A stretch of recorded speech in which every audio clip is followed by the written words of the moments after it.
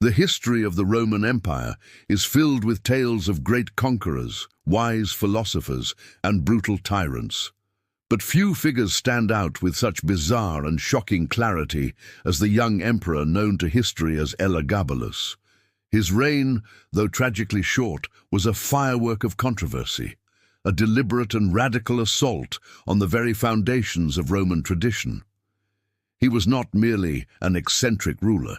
He was a revolutionary, a high priest of a foreign god, and a person who defied the rigid gender roles of the ancient world with an audacity that still resonates today. To understand Elagabalus is to peer into a moment of profound crisis, a time when a teenager, propelled to the highest power by a bloody civil war, attempted to transform Rome according to his own mysterious and untraditional vision. His story is one of ultimate power, profound identity, religious fanaticism, and a society pushed to its breaking point. Our story begins not in Rome, but in the vibrant eastern province of Syria. Around the year 203, a boy was born named Varius Avitus Bassianus. He was a member of the powerful Severan dynasty, a nephew to the emperor Caracalla. But his true identity was rooted in the city of Emesa, where his family served as the hereditary high priests of the sun god Elagabalus. This was not the familiar Roman sun god, Sol Invictus, but a far more specific and demanding deity, represented by a large, black, conical stone, a meteorite that was believed to have fallen from the heavens. From his earliest days, the boy was immersed in the rituals and grandeur of this Eastern cult. He was not being prepared for the Roman Senate. He was being groomed as the chief servant of his god. Then, the political landscape of the empire shattered. The emperor Caracalla was assassinated in the year 217, and his successor, the Praetorian prefect Macrinus, was a man without the royal bloodline. This was the opportunity that the boy's formidable grandmother, Julia Maesa, had been waiting for. She was a sister of the former Empress Julia Domna, a woman of immense wealth and ambition.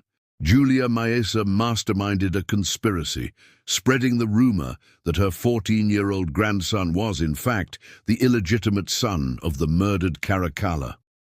This claim of legitimacy, combined with vast bribes to the legions stationed in Syria, ignited a rebellion. The soldiers, loyal to the Severan name and eager for a generous donative, proclaimed the young priest as the new emperor. After a brief but decisive battle, Macrinus was defeated and killed. And so, a 14-year-old boy, who had never even seen the city of Rome, became its absolute ruler. He took the name Marcus Aurelius Antoninus, but history would remember him by the name of his god, Elagabalus. The young emperor's arrival in Rome in the year 219 was a spectacle unlike anything the capital had ever witnessed. He did not enter as a Roman general, but as an Eastern high priest. The centerpiece of his procession was the sacred black stone of Elagabalus, transported with immense reverence from Syria. Elagabalus himself led the ceremonies, dressed not in a Roman toga, but in lavish, silken Syrian robes, his face painted with makeup, adorned with necklaces and jewels. The Romans were stunned. This was not the image of masculine, stoic authority they expected from their emperor. This was something entirely alien, and for the traditionalists, deeply disturbing. This initial shock was only the beginning. Elagabalus's reign would be defined by three interconnected and explosive themes: radical religious reform, a public identity that challenged every Roman convention of gender, and a series of social scandals that eroded his authority beyond repair. First, the religious reforms. Elagabalus was not content to simply worship his god alongside the Roman pantheon. He was a zealot, determined to make Elagabalus the supreme deity of the empire. He built a magnificent temple on the Palatine Hill, right next to the imperial palace, and had the sacred stone installed there. But then he went much further. In a move that horrified the senatorial and priestly classes, he ordered that the most sacred relics of Roman religion, the fire of Vesta, the shield of Mars, the statue of the Great Mother, be transferred to the temple of Elagabalus. His god was to be married to the Carthaginian moon goddess, Astarte, and Elagabalus presided over the union in elaborate ecstatic ceremonies that involved wild dancing and music completely foreign to Roman rites. He was, in effect, trying to overwrite 1,000 years of Roman religious tradition with the customs of his Syrian homeland. The Senate and people watched in growing horror as their emperor seemed to prioritize his foreign deity over the gods who had, in their eyes, made Rome great. Perhaps even more shocking to the populace was Elagabalus's personal life and expression of gender identity. The historical accounts, though written by his enemies, consistently describe a person who rejected the masculine role assigned to him. He famously referred to himself not only as emperor, but as empress, lady, and wife. He expressed a desire to be known as a woman, and even, according to the chronicler Cassius Dio, sought out physicians who could perform a gender-affirming surgery, and concept almost unimaginable in the ancient world. He wore women's clothing and wigs, applied cosmetics meticulously, and preferred to be called by female names. His romantic and sexual life became the fuel for endless gossip and condemnation. He was said to have married and divorced 5 times. One of his husbands was a charioteer named Heracles, a man of low birth with whom Elagabalus was utterly infatuated. The emperor was said to play the role of a submissive wife to Heracles, a relationship that inverted all social and political hierarchies. But the most scandalous of his unions involved the Vestal Virgins. These women were the most sacred figures in Roman religion, sworn to 30 years of absolute chastity on pain of death. For a Vestal to break her vow was considered a pollution that could bring disaster upon the entire state. Elagabalus, in a move of breathtaking audacity, first married a Vestal named Aquilia Severa. This was not just a personal scandal. It was a direct assault on the Pax Deorum, the sacred peace between Rome and its gods. The marriage caused such an uproar that he was forced to divorce her, though he later remarried her, claiming the union would produce godlike children. His approach to governance was just as erratic and provocative. He showed open contempt for the Senate, a body he found stuffy and outdated. He appointed his own favorites to high office based on personal whim, famously offering a powerful position to a man because he had exceptionally large feet. He was said to have filled his court with actors, dancers, and charioteers. The stories of his bizarre punishments are legendary, perhaps exaggerated by his detractors, but they paint a picture of a cruel and capricious ruler. One senator was said to have been suffocated to death in a room filled with rose petals poured from the ceiling, a strangely beautiful and horrific end. Another was executed for merely wearing a cloak that the emperor coveted.